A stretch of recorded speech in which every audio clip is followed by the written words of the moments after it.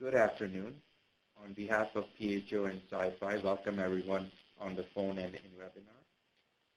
We will remain in lecture mode for the duration of the call. If you have any questions, please send them through the chat pod located at the bottom of the screen. Also, if there are groups joining us, we ask that you let us know the total number in your group through the chat pod. Today's presentation is What Do They Need to See? Aquatic Facility Best Management Practices through an Operational Lens. Our presenter today is Jennifer Knight. Jennifer Knight has worked in aquatics for over 30 years and is the Vice President, Management Training for Lifesaving Society, as well as Chief Auditor and National Trainer. Jennifer currently works for the City of Windsor as the Manager. Windsor International Aquatic and Training Center, Adventure Bay Family Park, and Aquatic Services. Jennifer's current portfolio includes a 35,000 square foot indoor water park, 71-meter aquatic training facility, 3 indoor pools, 6 outdoor pools, and a beach.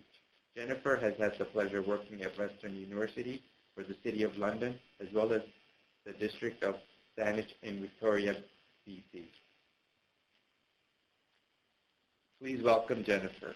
Go ahead, Jen. Great, thank you.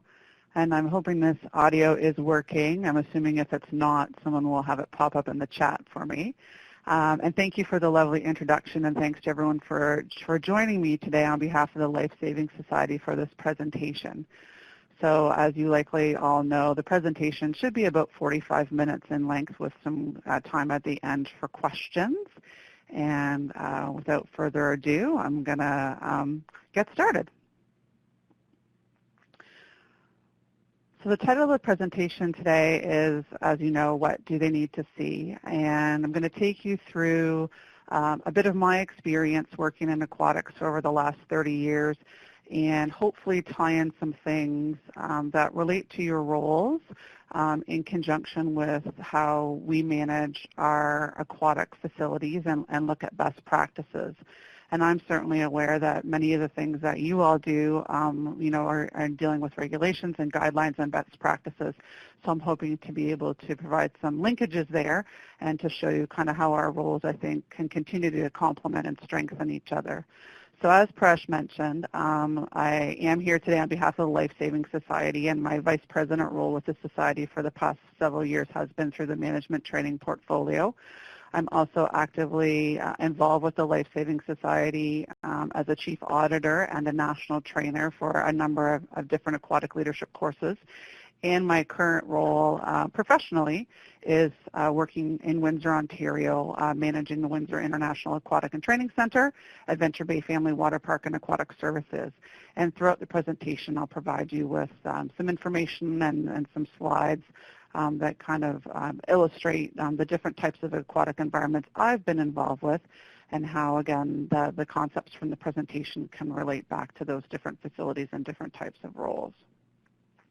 So our objectives today are to take a look at the layers of safety and resources that we use as operational staff on a daily basis and look at how they complement both the Ontario Health regulations for public pools and the role of the Public Health Inspector team, which of course is vital to our aquatic operations. We'll take a look at the Lifesaving Society Inspector, Auditor, and SEE certification programs and the evaluative tools we use for those programs, as well as the other resources and regulatory requirements that pertain to aquatic facilities. And then provide the Public Health Inspector team with additional information about what the role of the lifeguard is, the definition of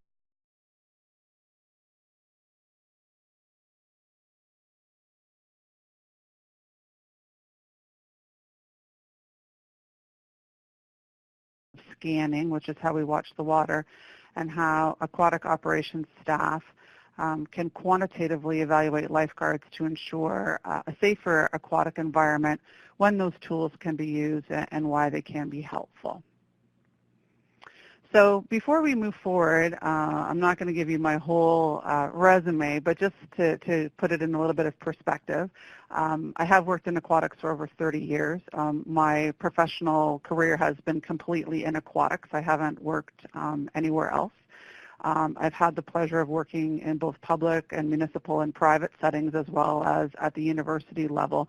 So a lot of the slides and a lot of the examples I'll give you throughout the presentation today will relate back to some of the experiences I've had, both professionally and certainly as, through my role as Chief Auditor, one of the Chief Auditors with the Lifesaving Society.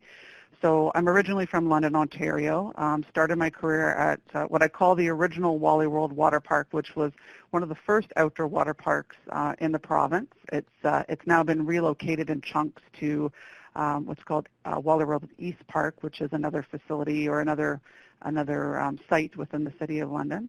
I also worked at the Memorial Boys and Girls Club and for the City of London in a couple of different chunks, once as an instructor, lifeguard, and deck supervisor, and then followed that up 4 years later in a supervisory role for over 10 years. I've also worked at Saanich Commonwealth Place, which was the site of the 1994 Commonwealth Games aquatic events in Victoria, British Columbia.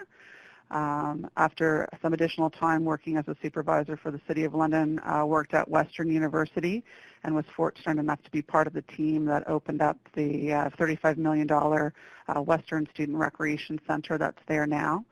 And then I work, as I mentioned already, for the City of Windsor. So I oversee a 71-meter high-performance training facility with a 35,000, that should say, square foot indoor water park that runs year-round. We also, in the City of Windsor, have 6 seasonal outdoor pools and a municipal waterfront, which is located at the mouth of the Detroit River, where it meets the Detroit River and Lake St. Clair. And then I also oversee 4 additional indoor pools. So you'll become familiar with some of the places I've called home over the aquatic years as we go out through the presentation, but I always like to take a step back before we take a step forward. Many of you are very familiar, as I know, with the Lifesaving Society. Again, it's a national volunteer charitable organization. Our whole mission is drowning prevention, and certainly your roles as public health inspectors play a vital role in what we do.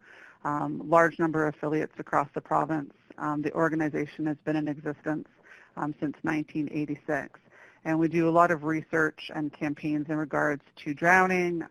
Public education certainly, continues year-round, even though our busy summer months in Ontario have just wrapped up. And we also establish and consult on aquatic safety standards and look at the research and look at the trends in aquatics so that we can meet our mission, which is obviously preventing drowning. So the role and responsibility of the aquatic manager, and a lot of what I'm going to talk about today I know isn't necessarily new news to anybody. Certainly the goal is to provide you with a little bit of new information or hopefully a tip or trick or something that you weren't aware of. And I know that, in your role as health inspectors, you all liaise with different levels of aquatic management supervisors, lifeguards, deck supervisors, certainly through the inspection process. But when we look at our roles as managers, we want to make sure that people, our number one goal is to make sure they have a safe experience when they come to our pools. And whether that's a participant or our staff team members, safety is always our number one priority. It's been really interesting in the province of Ontario and across Canada lately to see how facility operations standards and practices and regulations have evolved over the last decade or so. So we're, again, committed to making sure that we're operating at or above the regulations that are set out, certainly looking at standards and applying them to our facilities, and making sure that if there are guidelines or best practices in place, that, we're certainly meeting or exceeding those. And then we have our daily operational practices, which, again, are very preventative in nature, just as health inspectors are, where we look at things that happen day to day. We make sure that we have solid emergency response plans in place for the number of different things that we can see in aquatic environments, and also make sure that we have policies and procedures that support our operation and make sure that we're, keeping safety at the forefront at all times. Prevention is a large part of this, and I like to think of it or describe it as a layered approach. And again, this can be done through policies, procedures, regulations, guidelines, best practices. But these are just some of the examples of how we layer safety in aquatic environments. So we have admission standards, which again, have seen a lot of research and improvement, and certainly looking at having them included in the regulations now is assistive to us in management roles and making sure that facilities are safe and people understand why we have certain rules and regulations in place.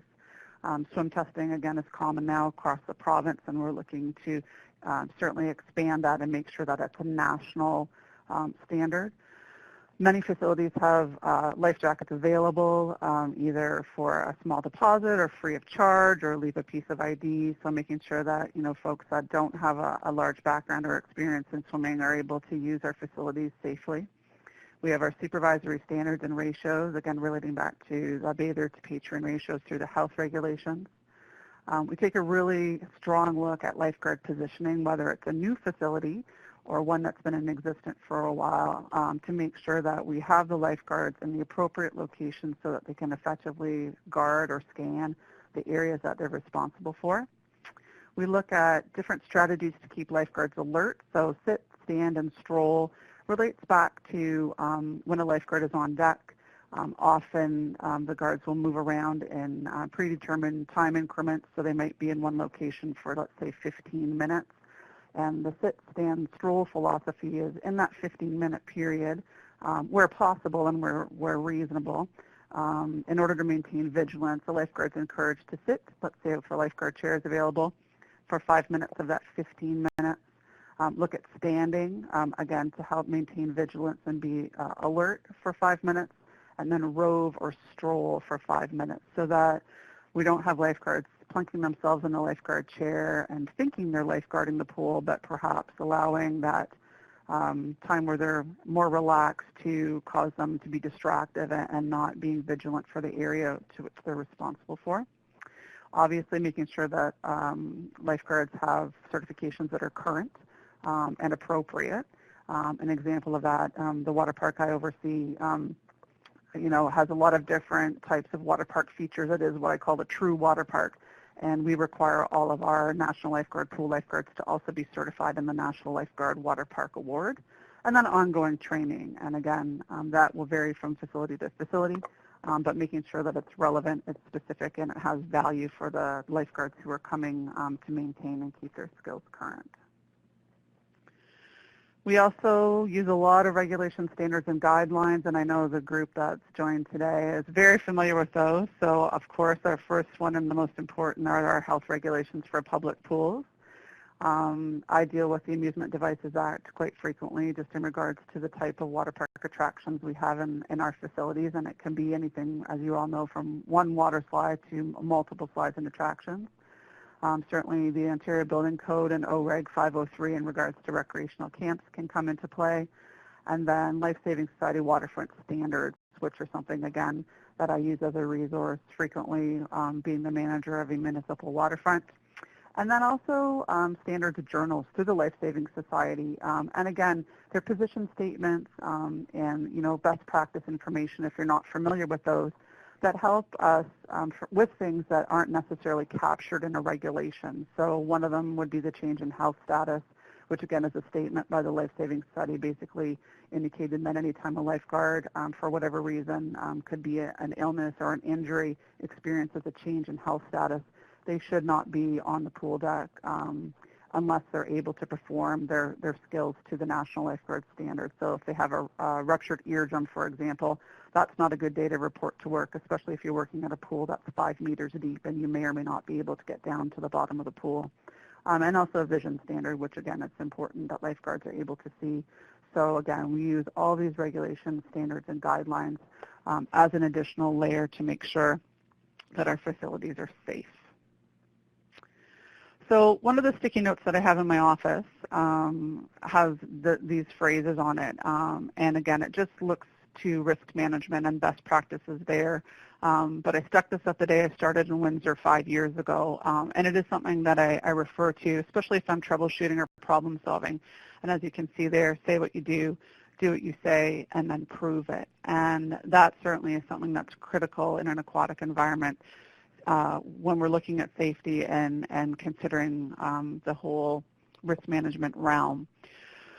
So the slide that you see here is the flow rider, and if you're not familiar with a flow rider attraction, there's only a handful of them in Canada. They tend to be quite popular actually on cruise ships now, so if you're a cruiser, you may have had the opportunity to pop on a flow rider. We deem this a high thrill or a high risk attraction. And when I started in Windsor, the water park had been open for several months, and we did have a good number of injuries in relation to this attraction.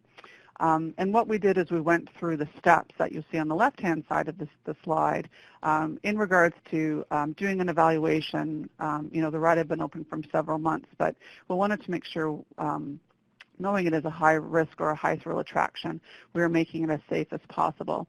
And we worked with our health and safety department and our risk management team to kind of do a walkthrough of the attraction and determine if what we were doing was actually making it the safest attraction possible. So we identified all the risks that we had, we evaluated what they were, and then we decided to take a good look through our existing control strategies, which again tie in the minimize, transfer, or eliminate the risk.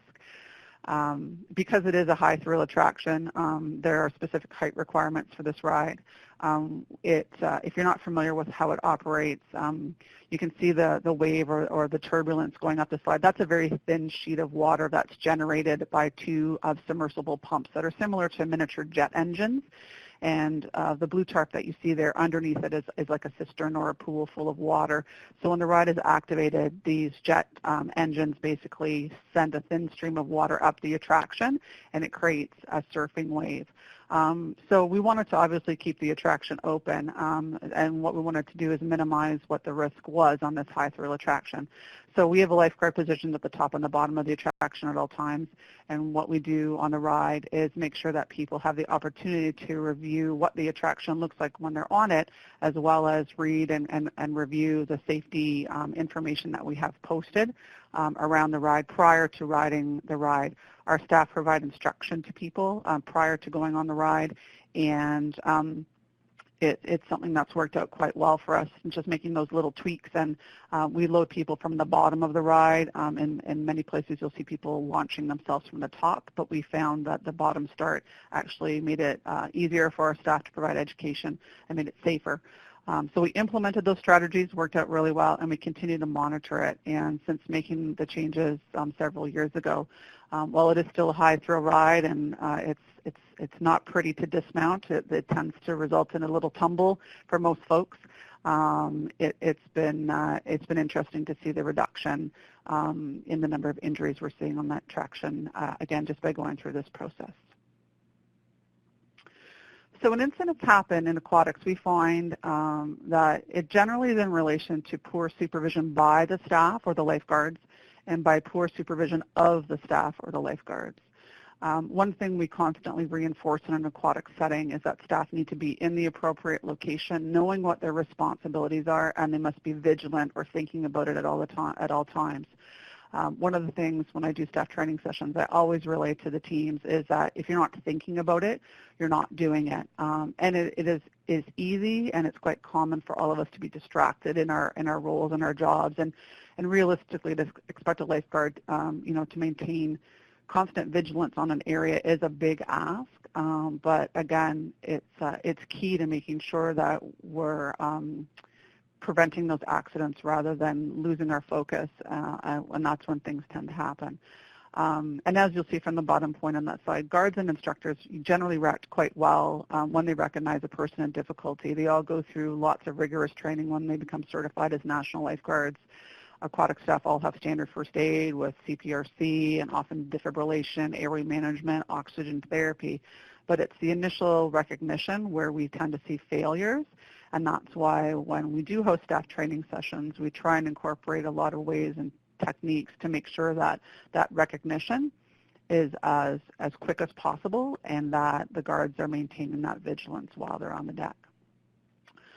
So this slide is from Wally World in London, Ontario, and these slides have actually been transported from the original location to their home now, which is at East Park at Wally World. The one on the left is called the bullet. The one on the right is called the jet stream because if you saw it sideways, it looks like the pattern of air in the jet stream going from west to east across Canada. And these water slides were built in 1987, so they've lasted quite a long time. And this was my introduction to aquatic risk management. I worked at the water park in 1987, and it was extremely popular when it opened, and security guards were employed at night to make sure that folks weren't accessing the park. If you know anything about water slides, the level of water on the slides really can impact how the rider goes down the slide. And if you see the slide on the left-hand side, you'll notice that the slide comes down, and then there's a channel, which we call a run-out chute or a deceleration chute. And there's a body of water at the bottom, and there it's about, knee-deep on most people, so a couple of feet deep. And then there's a board at the end, which basically acts as a reservoir and keeps that run-out or deceleration channel filled with the appropriate amount of water.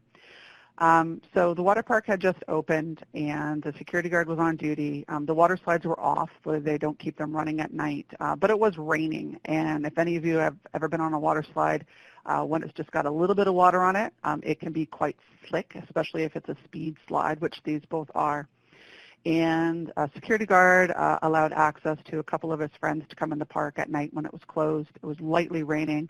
First person started at the top of that slide on the left, went down the slide, proceeded to push because it's hydrostatic braking, so the pressure of the water against the bottom of your feet is actually what slows you down. But zoomed through the bottom of that channel because there was no water flow. It was just the residual water in the bottom. Went right through the end of the slide and broke the board at the end of the water slide that was holding that reservoir, that residual water in. He apparently was calling up to his friend saying, don't go, when his friend misinterpreted the instructions. His friend went down the slide through the deceleration chute at the bottom where there was no water because his friend who'd gone down previously had broken that board. But there was a concrete pad at the end, and his friend ended up fracturing his femur.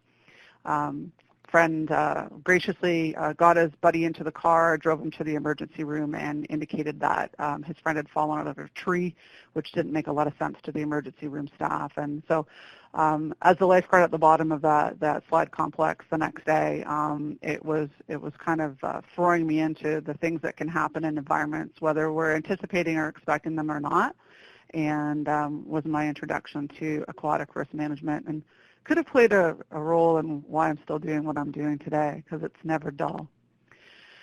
So supervision and scanning. I mentioned already that where we see challenges is not how lifeguards react to emergencies once they occur, but it's making sure those emergencies don't happen. And we need to understand as managers how lifeguards are trained to watch the water. And the process we use is called scanning, and it's a systematic process of observing and evaluating participants for the unusual or what we call sometimes the undesirable. So there are usual ways people generally participate in aquatic environments. They're generally very excited to come. There's that sense of wonder if they haven't been to a facility before. What we tend to look for are things that aren't quite right or aren't what we're used to. And as lifeguards, we use our senses, whether it's visual or hearing or tactile, on a continual basis when we're out on deck. So that's what we need to teach and train people to do. And as managers, that's what managers should be watching and should have some knowledge on to make sure that their staff are doing that. So I'll go through a few slides that will show you the different types of aquatic environments that we see these days, and how they can create some challenges for us when we're scanning. So this is a photograph of Saanich Commonwealth Place. It's just outside of Victoria, British Columbia, and as I mentioned earlier, it was the site of the 1994 Commonwealth Games. I had the pleasure of working there from 1994 to 1998. So the facility boasts side-by-side 50-meter pools. In the photograph, the pool closest to us, you'll see a walkway or a bridge across the pool. That's called a bulkhead. But we could multi-program this facility. So you see some kayakers in the pool. We could offer fitness lanes. On the right-hand side of the screen, you'll notice a pool that's a bit darker in color. That's the dive well, so that pool's 5 meters deep and has 1, 3, 5, 7.5, and 10-meter diving boards and platforms. There's a water slide from the 10-meter platform that goes down into a deceleration chute. And then behind that water slide is a wave pool, toddler pool, sauna, steam room, and a whirlpool. So it's a pretty large facility. When we had everything open, it was a minimum of 15 lifeguards on duty, rotating around. But because of the multi-use concept in the facility, you know, you would go from an area where you might have been guarding kayaking, which we guard one way, to guarding fitness lanes, which again is a different way to scan or guard. So created lots of challenges, lots of opportunities, but certainly, you know, complex when looking at where we put lifeguards and what we train them to see or look at. This photograph I use in a lot of training sessions. It's a pool in Asia. I'm not really sure where. I'm kind of scared to find out. But you can see, again, in this facility, you know, certainly above and beyond our bather load regulations here in Ontario. And thankfully, we don't have any facilities like this because I've yet to be able to find a lifeguard if one is there in the photo. But again, just goes to show that, you know, as facilities become busier, creates added challenges for us as lifeguards and what we're able to and can see, as well as move around, obviously, in this instance. And then this is just a shot of the facility I manage, one of my facilities here in Windsor. So this is the Windsor International Aquatic and Training Center. And it's a shot from our deeper end of the pool down towards the shallower end. And again, we have the ability, because we have 2 movable bulkheads here in Windsor, to multi-program the pool at all times. The bulkhead that you see in the left-hand side of the screen is actually a thermal bulkhead, so we can actually heat the water temperature on that side of the pool several degrees warmer than the rest of the pool. And we also have diving complex, diving platforms, and then a movable floor in the shallow area of our pool. So the way we set up our lifeguards and where they're positioned, again, depends on the type of programming and the type of activity we have going on in the pool. So when we're looking at the zones that lifeguards watch, we're looking at scanning. We look at the behavior and mood of our participants, kind of what activity they're participating in, whether it's kayaking, fit lanes, rec swim, swimming lessons, the swimming ability of the participants, and then unusual sights and sounds. And we do, like I've mentioned already, use all of our senses when we're guarding and training guards. And I'll walk you through a little example of that now. So this photograph is at Kalahari Water Park and Convention Center. It's in Sandusky, Ohio. So from my location here in Windsor, it's about 2 hours from Windsor. And it's a massive indoor water park. Just to put things into perspective, the entire water park facility that I oversee here in Windsor, which is 35,000 square feet, pretty much fits in their wave pool and their toddler area at Kalahari. So it's huge. They have 2 flow rider surf simulators, multiple water slide complexes, both an indoor and outdoor facility. So back in 2017, during Canadian March break, there was an incident at Kalahari where some of the ductwork from their ceiling fell during operation. So if you take a look at this slide, you can actually see in the middle of the slide, just above the water, and that's the waves pool, a piece of the ductwork there. You might see a red and white object on the deck. That's actually a lifeguard that was hit by the falling ductwork. The next slide will give a bit of a close-up. So you see the lifeguard on deck. She was fine, by the way. And you can see a piece of the ductwork that came to rest inside the wave pool. Another section of it came to rest behind and off out of the frame in one of their activity pools. The ironic thing about this was I was actually there when this happened, and there were family friends in our family. My husband and one of our daughters had just left the wave pool prior to this happening, and I was over at one of the surf simulators with the rest of our group. And out of my peripheral vision, I saw something happen. And as soon as the ductwork became loose from its hold in the ceiling, I actually heard something really unusual. And I actually thought initially that a water slide had collapsed, which doesn't happen very often, but there have been circumstances where they have. And of course, my immediate reaction, being involved in aquatics and an aquatic nerd, was, oh my gosh, what are we going to do? And then I took a step back and realized that I actually wasn't responsible for clearing the entire water park. but, went into emergency management mode. So my husband is a paramedic, as was one of our friends who was with us. So I had them go over and make sure that the EMTs that were on site were fine, which they were. And then because there were 8 of us, it was like the Partridge Family. We took a look around. My biggest concern was that additional ductwork was going to fall because it was very much a domino effect when the pieces initially came loose from the ceiling, and we found a safe way out of the facility. So it kind of brought back to me how the skills that we learn and use can be relevant in more than one location. And it amazed me because the majority of the people in the park who had known something had happened were more interested in leaning over this pool and shooting video or taking photos, which were posted on social media absolutely instantly, rather than making sure they gathered their families around them and got them safely out of the park, which ended up being closed for a little bit of time. But thankfully there were no major injuries, and it was just kind of strange that I happened to be in there at that time. Again, using the senses to interpret the situation at the time. So in regards to scanning itself, we want to make sure when lifeguards are out on the pool deck that they can look at their zone or area of responsibility within a specified time period. And the time period we use in Ontario is generally something, or in Canada, is something called the 10-30 rule, which means that once we've designated an area of water for a lifeguard to guard, they should be able to scan all the way across that zone and then back to their starting point within 10 to 30 seconds. And we use this because it effectively allows them to monitor the activity. It's not having them guard too quickly, which we call overscanning. And because we find, and research has shown that a non-swimmer, a true non-swimmer, takes between 12 and 20 seconds to drown, it allows them to make sure they're monitoring that area within that time frame. So it's called the 10-20 rule.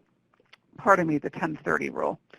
And their zones of responsibility include the surface as well as the middle and the bottom of the pool or the water area. And that's something that a lot of people don't realize. It's not only what's at the surface that we're worried about, which often isn't a worry because people are up there, they're having a good time, but the middle and the bottom are also significant as well. So not only do we make sure that lifeguards are guarding those areas, but they can also see those areas at all times. This is a photograph of Thames Valley Children's Centre, which is in London, Ontario, and it's a great facility. They have a small therapeutic pool they use for a lot of their clients that are there. It's used for a bit of palliative work. And I'm actually at the other side of the pool. It's quite small. I'm just making ripples with my hand in the water during this photograph. And you can kind of see that even a minimal amount of distortion in a really shallow pool, the pool is only about waist to chest depth on most adults, can create distortion, which makes it harder for the lifeguard or the person supervising that pool to see that top, middle, and bottom. So that's just designed to illustrate, it can be a bit of a challenge even with minimal disturbance, whether it's a wave action, wind action, whether it's impacted by light or lighting, for the guards to be able to effectively see top, middle, and bottom. When lifeguards are scanning or watching their area, it's important that they're using their eyes to see, and also their head movement. A lot of younger guards or guards, if they're not being vigilant, will keep their heads quite still. And the combination of head and eye movement is really important when they're scanning to make sure that, again, they're able to cover that entire zone or area of responsibility. When the lifeguard is scanning, we teach them techniques so that their eyes don't get exhausted. So I'm going to show you a few examples of that in a minute. And the head movement is key because we want to make sure that the lifeguards are using both their horizontal or side to side, as well as their vertical peripheral vision, which allows them to see the water area down to the deck in front of them while they're performing the task of scanning. So we have a number of different patterns or strategies that we use, and I'll show you a couple of slides that illustrate these in just a second. But we have horizontal scanning, which is side to side, vertical, where we would watch the water kind of out and back, concentric circle scanning, which I'll show you a slide of in just a second. Sometimes, let's say I was lifeguarding a fitness lane swim and I have 8 people in the pool, maybe guarding a decent size of water area. I might count participants. So if I know I have 10 people, I count my 10 people. We track activity. So again, if I'm watching someone jump off a diving board, During my scan, I'll be like, okay, young girl on the diving board. I see her go off. I continue my scan. I come back. I'm like, young girl surfaces and swims over to the side and climbs out. And then experience tracking. Again, during our scanning, we may pay a little bit more time or attention to people who may look like they've come to the pool for the first time or are looking really tentative or a little bit more apprehensive before getting in the water.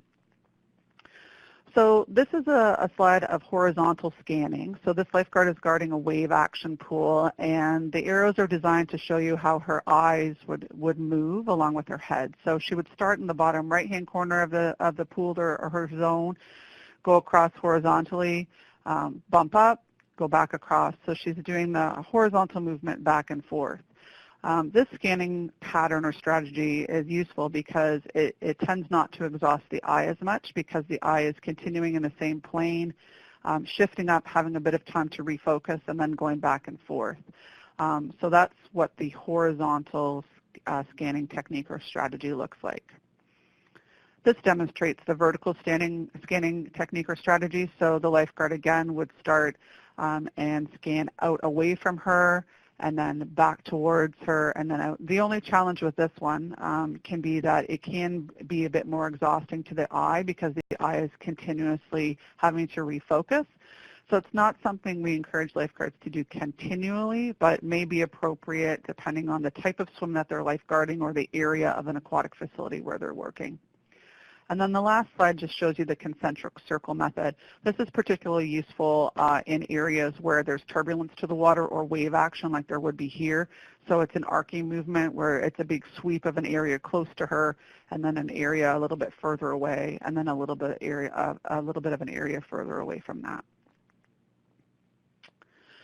Scanning fitness is also critical. So in addition to making sure lifeguards know what they're supposed to be watching the top, the middle, and the bottom, having an appropriate scanning pattern, we need to make sure that guards are rested, hydrated, and nourished, what we call fit to work. And my mantra at work is be on deck on time in your full uniform, ready to go. Working in appropriate shift lengths. So generally, lifeguards are up for 15, 30, 45 minutes perhaps before they move around. After an hour and 45 minutes, one of our best practices is to try and give them a break from direct supervision. And then obviously, according to the different regulatory requirements, making sure that they're given adequate breaks because in most instances, we're working in very hot, humid, sometimes environments that are full of a lot of noise and distractions. So it's important in order to make sure that the guard is as fit as possible to make sure those breaks are given into play. So the last little bit of time I'm going to spend with all of you before we open up for questions is just in regards to one of the programs of the Lifesaving Society called the SEE system, and it stands for Supervision, Evaluation, and Enhancement. So I thought this might be interesting to all of you because it's what we use in a lot of aquatic environments now when we're evaluating our staff and can be used in both a lifeguarding setting or an instructional setting and actually in the pool setting or a waterfront setting. And it's a quantitative system. So what we do is we go through a number of different components of the SEE evaluation and we assign a score to what we see. It's quite helpful to managers, particularly aquatic managers who might not have a lot of aquatic background because we're often required to, give our staff's evaluation or give them feedback. And we find, particularly with a lot of young workers, they really like that number or that score or that grade. So this allows you to do that, as well as providing the lifeguard with some tips and tricks and information on to how they can make their scanning and their guarding better. So like I mentioned, we can use it both in lifeguarding settings and in teaching or instructional settings, and the SEE systems are available for both pool and waterfront settings. So I have about 200 aquatic staff that work with me year-round, and during the summer months, each of our staff members has one of these SEE evaluations done, and then they're given one-on-one feedback with their score and then some observations from what the SEE auditor found. So there's two levels. One is an overall facility evaluation, so that takes a look at, your admission signage, whether or not the staff at the desk are following the admission standards, all the way through where equipment and such is located. And then the second level evaluates individual staff team members. So rather than giving a score to the facility, which is what level 1 is geared towards, level 2 looks at individual staff team members. And it's a ranking, like I mentioned, so they either get 0 if it wasn't done or performed, or they get a 5, so if it's done at or above the national lifeguard standards.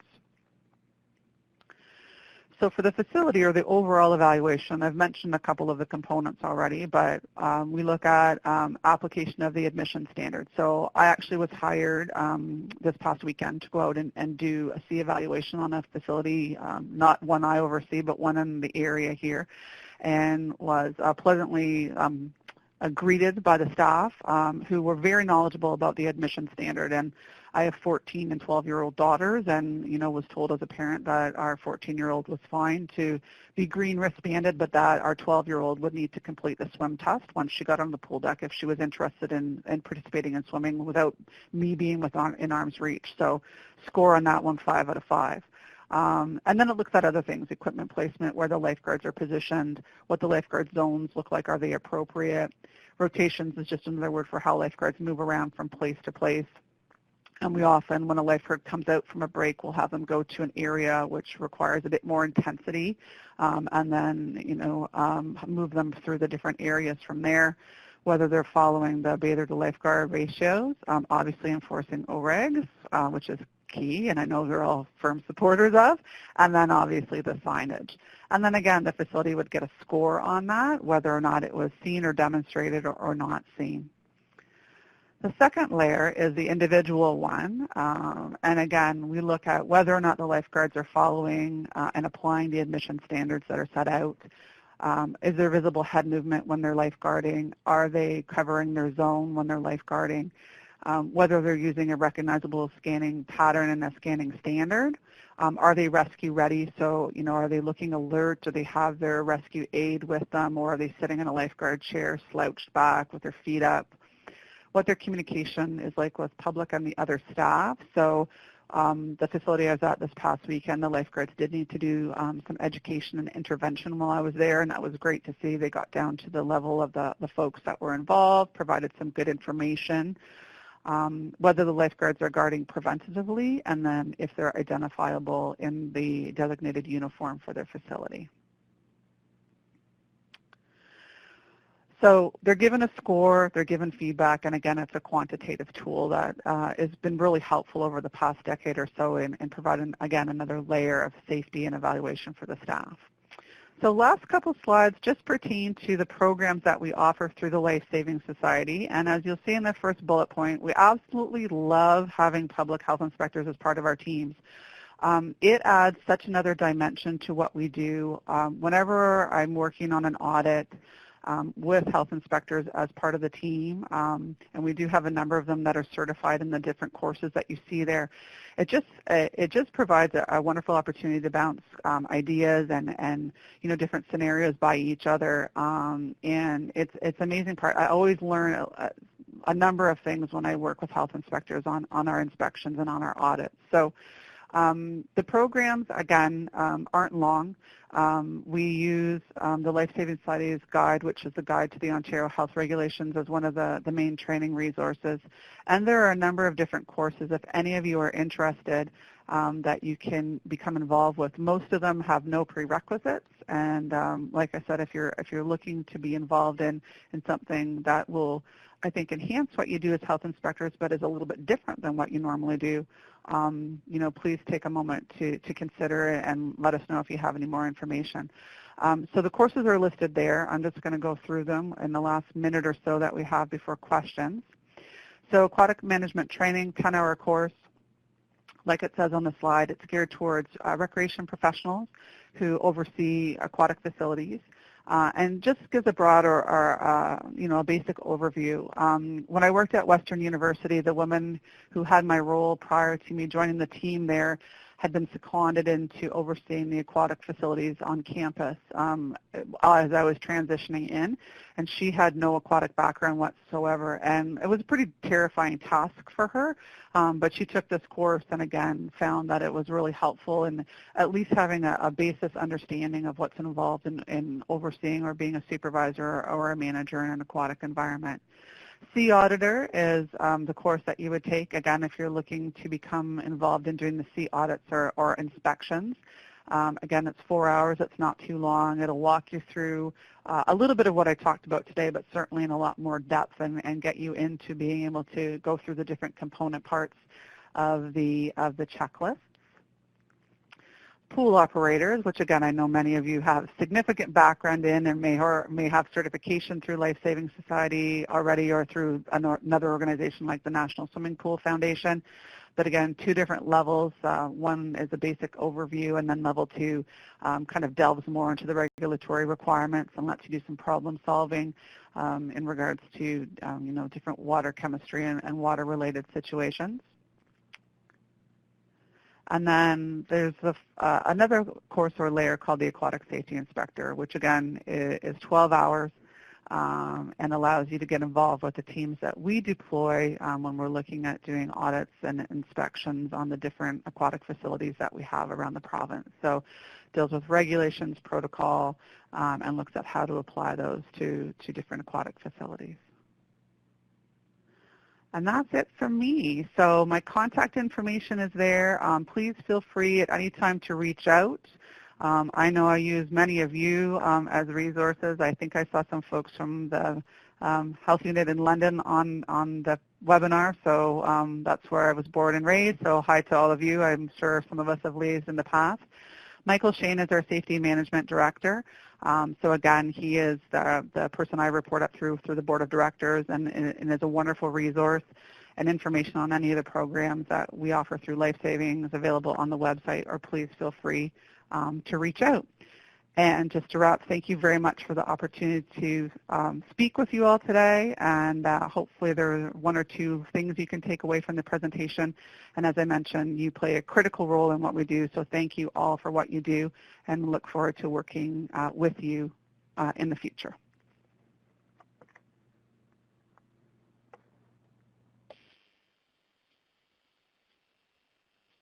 Thank you, Jennifer, for presenting today. Are there any questions that we can take at this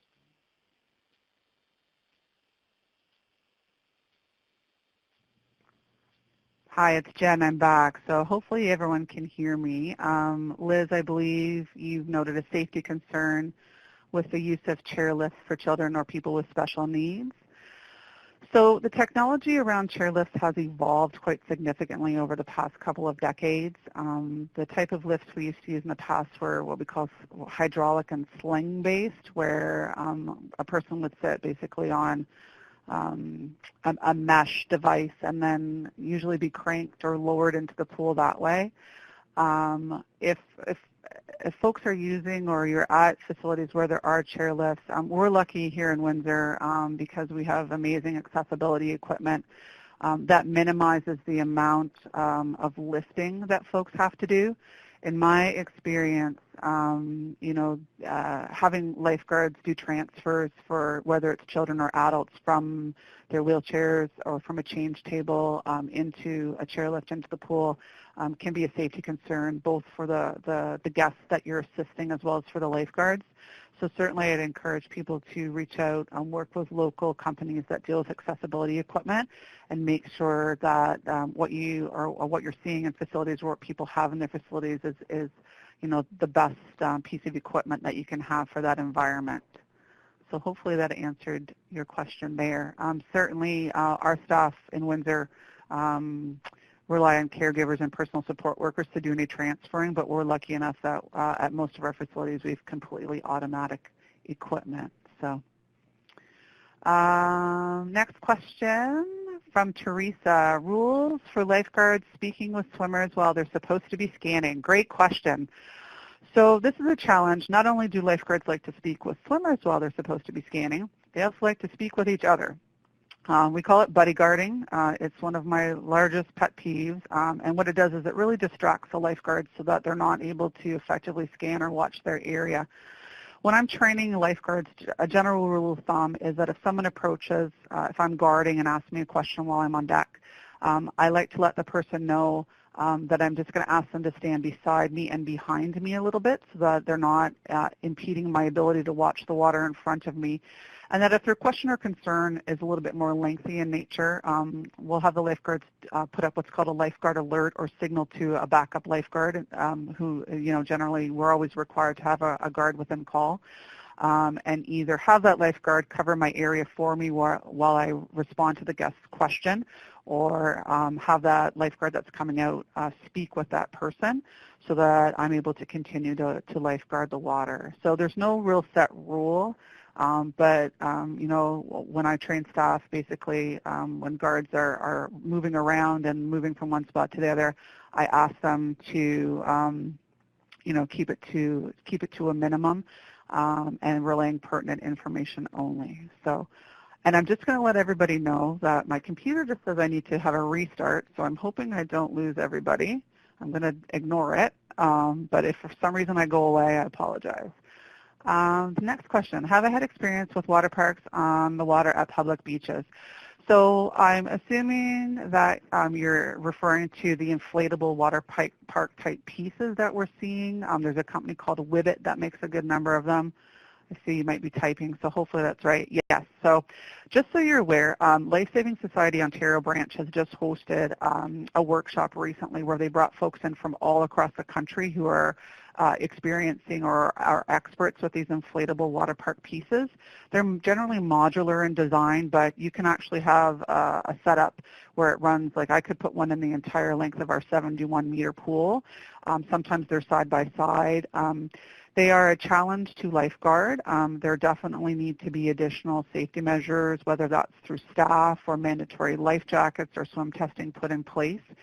And each one is unique, but there aren't any, obviously, standards or regulations in place, but Lifesaving is working on getting some guidelines and standards established as best practices because they are quite unique. So I would suggest reaching out to Michael Shane, whose contact info you have. He can provide you kind of with where they're at with that working group that was put in place and hopefully provide some additional information for you. So hopefully that answered your question. Lampton Public Health Unit, my opinion of owners having lifeguards checking water chemistry or other duties while lifeguarding. Okay. So pool chemistry is something that we teach during the National Lifeguard Program. Every facility is different. So I worked at facilities where I was the person, I did it all, pool chemistry, backwashing, adding chemical and such.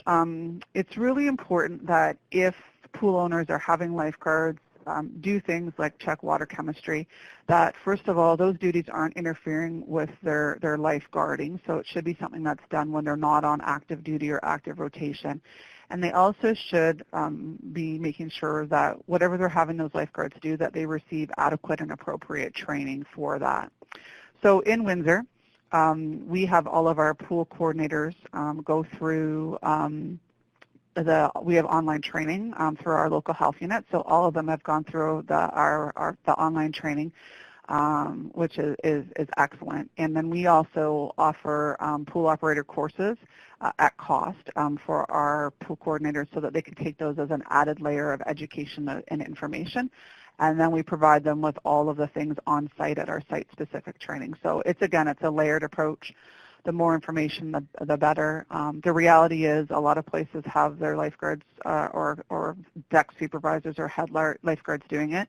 It's just important that it's not interfering with their on-duty duties while they're to be actively guarding, and that they're getting the right training that's appropriate and that it's accurate. It's like anything else. Over time, we find that often people get lazy, and if they're using phenol red in a drop form, they don't take that water test at an adequate depth, and they rush through getting those drops into the sample, and it's not vertical, and they're not looking at their horizon to check.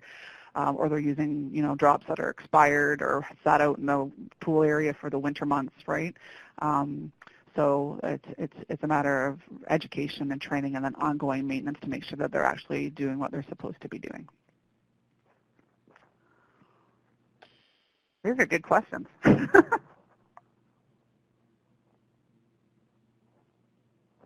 think maybe we have time for one more question, but I don't see any more here.